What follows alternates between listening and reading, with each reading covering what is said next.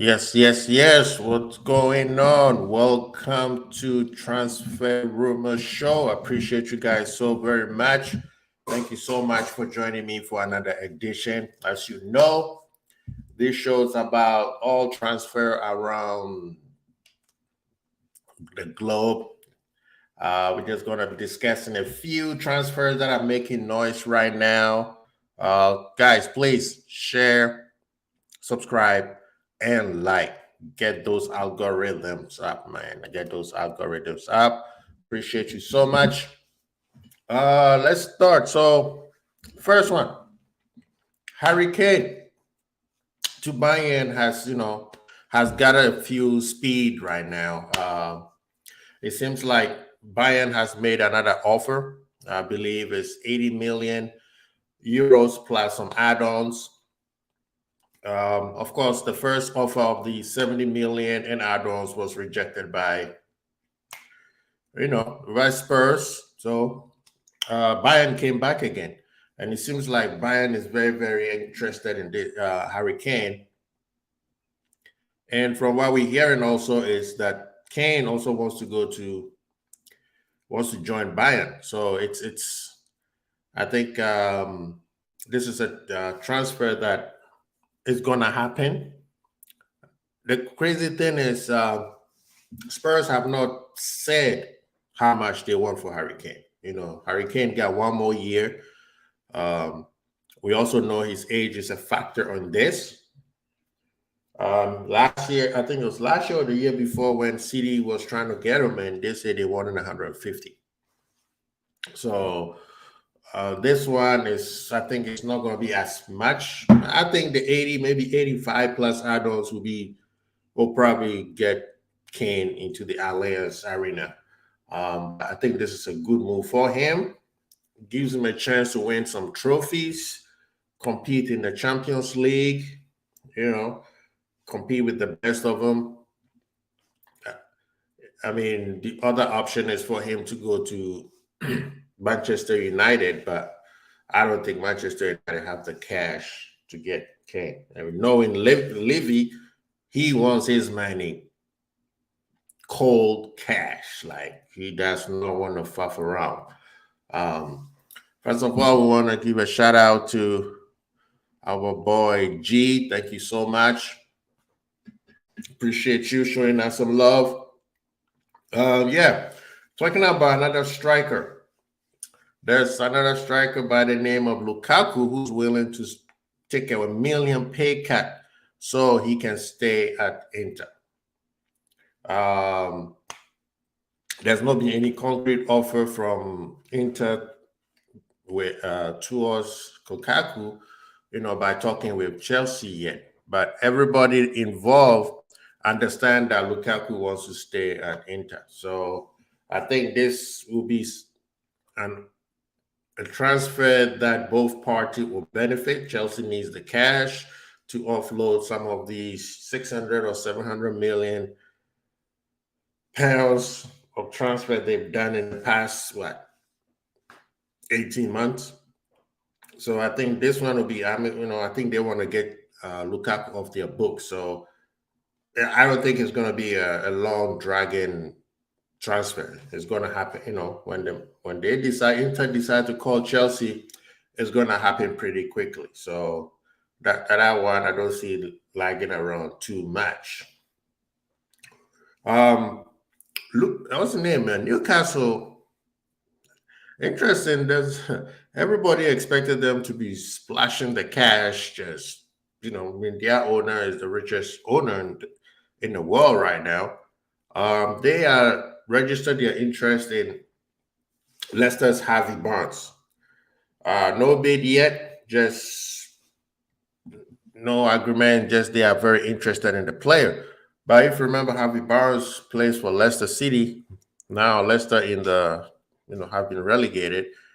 Harvey is a good player. I like him. He's a guy who just focuses on his football. You don't see him acting or messing around that much. He's a very focused and very, very, very determined player. So that one will be it's a good move. I'm surprised that he's not one of the first people on the list that teams like Spurs have not already jumped him. I know they've gone for Madison, but I like Harvey Barnes more. I don't think he's that much of an injury-prone player, but he had gotten injured a few times, and that's because he plays hard. He goes in hard, and sometimes those type of players tends to get injured quite a bit. But if he does move to Newcastle, that would be a good shout for Newcastle and for Harvey Barnes. So we will see. Watch out for that space. Of course, David De Gea, after 12 years in Manchester United, has decided not to return. I believe the contract they gave him, he didn't appreciate that. And I don't think Eric Ten Hag wanted to keep him.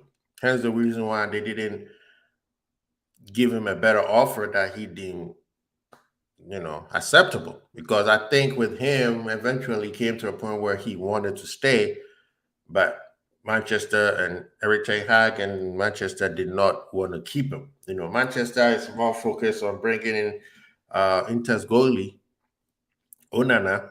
A lot of people are saying the deal is done, but we haven't got any official agreement yet. I don't even think Inter has agreed on the fee that Manchester United wants to pay. So, but he is a player that that the goalie that Manchester United wants to get. So it's a good shot for them. But David De Gea, there was no agreement met with him, and he has moved on. 12 years, I believe he won maybe 2 EPL, a couple Europa, I think a Carabao Cup or so. This off the dome, I'm not pretty sure about his accolade, but for about 4 to 5 years, maybe close to 6, he was probably top 3 goalies in the world. He's a great short stopper. The problem is Manchester United is trying to have a goalie who can play with his feet, and he has not been doing well in that. Also, his form dipped a lot in a couple, the years past. Sometimes it could be all these managers that they've been, working with. So, but for a team like Manchester United, they need top goalies. If you look at the list of Eric van der Sar, Batten, they have, what's it, Batten. They have had some serious goalkeepers. PSG have completed the signing of Lucas Hernandez from Bayern. That I did not see that one coming. Excuse me, my throat is a little bit dry right now. He played 107 times for Bayern, scored 2 goals.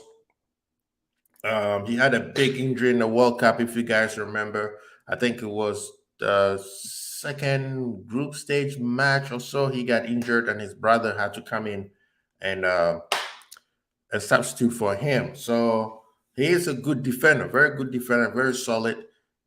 But I think Bayern, they got some good fullbacks, so he wasn't gonna get too much playing time. And him going to PSG is a good shot for him because he could restart his football career and get more playing time over there. And the crazy thing with PSG, they've been buying players that are not of the, what they call it, je ne sais quoi. Those Galacticos that they were buying when they first bought the club. It's amazing. That's something that a lot of people have said they should have done in the beginning instead of buying all these Galacticos that, yeah, you win the Ligue 1, but you don't do anything. You've been in Champions League final only one time. And a lot of time has been just being a bottle job. So this type of players that they're getting, I think that's where you build consistency with that. These players, could compete. They will have to compete in League 1. So when they get to Champions League, they're still out there competing with players who are more hungry, rather than having all these Galacticos who are there just for the vibes. They should have done it exactly how City did, or even how Newcastle is doing it, taking their time to build a legacy, building a history of themselves, so that when the time comes, they will splash the cash. We know when the time comes, Newcastle will splash the cash. Yeah, City, in the beginning, they started splashing the cash to get a head start. But eventually now you see how they're taking their time and just getting the right profile player for the manager, not just getting any superstar just to show up, because they could have bought anybody they want. Anyway, we move on. Fulham and Crystal Palace are interested in signing U.S. fullback Sergio Dest from Barcelona. If you remember, Dest, I think, was in the U.S. national team in the World Cup. He was one of the brightest stars of the MLS. Coming out of MLS to Europe, he didn't get too much playing time in Barcelona. I think he's been there 2 years, and we haven't seen much of him. Barcelona has not been doing too well till this past year, where they won the league. So, but yeah, that would be a good place for him. He's very fast. He can play the physical game. So I think either Fulham or Crystal Palace, I would say Fulham the best because of the way they play, and that would suit more of his style. Crystal Palace is very gritty. You have to put in the hard work. You are always, most of the time, under pressure. Fulham, at least they move the ball. They touch. So I think that would be a great place for him to go. Mbappe, Kylian. I think he's coming to Liverpool, but that's just me. Mbappe's situation at PSG is getting worse. He had an interview with, I believe, L'Equipe, and it sounded that he was criticizing his teammate. He felt like the club is too divisive. There was a lot of negativity in the article, and that's if it's true or not. But whatever it is, what it came out, the players are not happy with him. The fans are not happy with him. The big, the big brass are not happy with him. Former sporting director have said it's time for Kylian to move on. He was like, in the past 6 years, the 5 teams that have won the Champions League did not have Kylian Mbappe in it. So the irony, I was just talking about this. The fact that he's saying that is ludicrous. You are the person or one of the people who created this monster, this whole foolishness of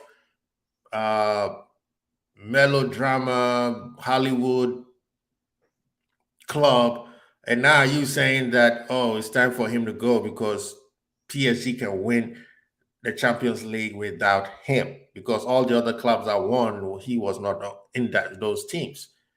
But I believe, Leandro, you were one of the first sporting director in that club when the money came in, and you set up a culture over there that these players came in and they just came in there to just chillax at the spot rather than putting in the work. So what are you talking about? You should have created a better culture for hard work so that these players, superstars, will understand what it means to play for Paris. And now you're talking about he should go. Well, it seems like Madrid is that everybody says is 99.9% chance that he's going. I think he's going to Liverpool, but it's here or there. Last year when he signed the contract, the agreement was, I will play 1 year, and then we discuss if I want to stay another year or not. So the contract was for 2 years. He has played 1 year. He has told you guys in advance that this is the last year. So whatever you need to do it now, because he was not going to If he wanted to be shady, he could have just played the 2 years, and getting towards the end of next season, he would have said, I'm done. I'm not resigning. Yes, it is in the contract that they could have a negotiation where they could discuss if he should stay or not. He's going to stay one more year, so that gives them a chance to sell him. But he giving you guys the opportunity to sell him this year. But you guys want him to stay till next year. And he doesn't, he said after this coming season, I'm not staying. I mean, I think it's fair deal. He should have never resigned in the first place. That's a bonehead from him. As my brother G would say, that's a bozo. A bozo head thing that he did. You should have just moved on to whatever club you wanted to go for free. But you decided to stay. Now they have created all this noise, and also a lot of the media is already jumping on him, saying that he's just a prima Madonna and all that kind of stuff, which I don't think it's fair to just criticize him. What about the club that he's in? Anyway, we move on. Final thing, shout out to my guys at Born and Red. They had a great interview with Fabrizio yesterday, and he did give a little bit insight in Liverpool, which is Liverpool is still looking for one more midfielder and a defender. Lavia, Liverpool have a lot of concrete interest in him. It's just Liverpool are just monitoring certain situations first. Yes, they will probably go in for him. The price is a little bit too high, as everybody already know. So they want to still negotiate. In terms of Thuram, it has gone a little bit cold because the price jumped. I think it's pretty more expensive than what Lavia is. So Liverpool still want him. So we never know. Like I said, Liverpool have been acting like a magician. They'll create a small screen here, and then bam, you hear him, oh, we got this person. And of course, the other center back that Liverpool want is Levi Caldwell. But we know Chelsea, if Liverpool were to get him, Chelsea will make it almost impossible to get. So that one, we will see how it goes. But hey, like I said, Liverpool is not done yet, and we're still looking at other players. Anyway, guys, thank you so much for joining me for the other show of Transfer Rumors Show. I appreciate y'all. Please share, subscribe, like. Quincy Bowl. Peace.